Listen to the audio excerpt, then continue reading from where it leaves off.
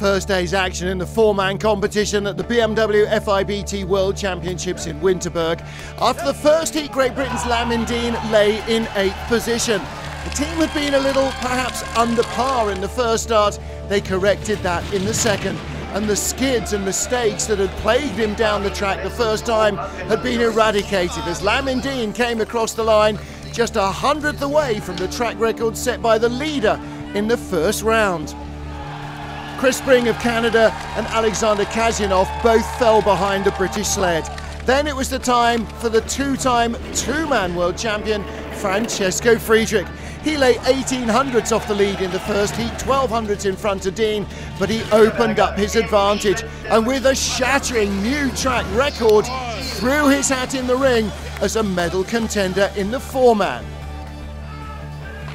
Tied for second place after the first heat, Nico Walther with his teammate Max Arndt.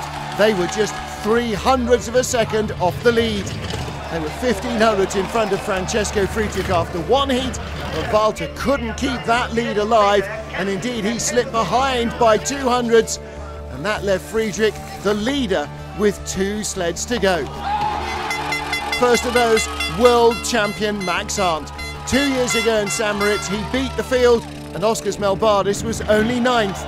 Melbardis was faster than him by a whisker in the first heat, and Arndt knew that a great run would be needed to keep the Latvian World Cup champion in check. He moved in front by 600ths of a second, leaving Melbardis with everything to do to guard his first round lead. 5 flat at the start in the first heat, the team turned on the screws and started even quicker.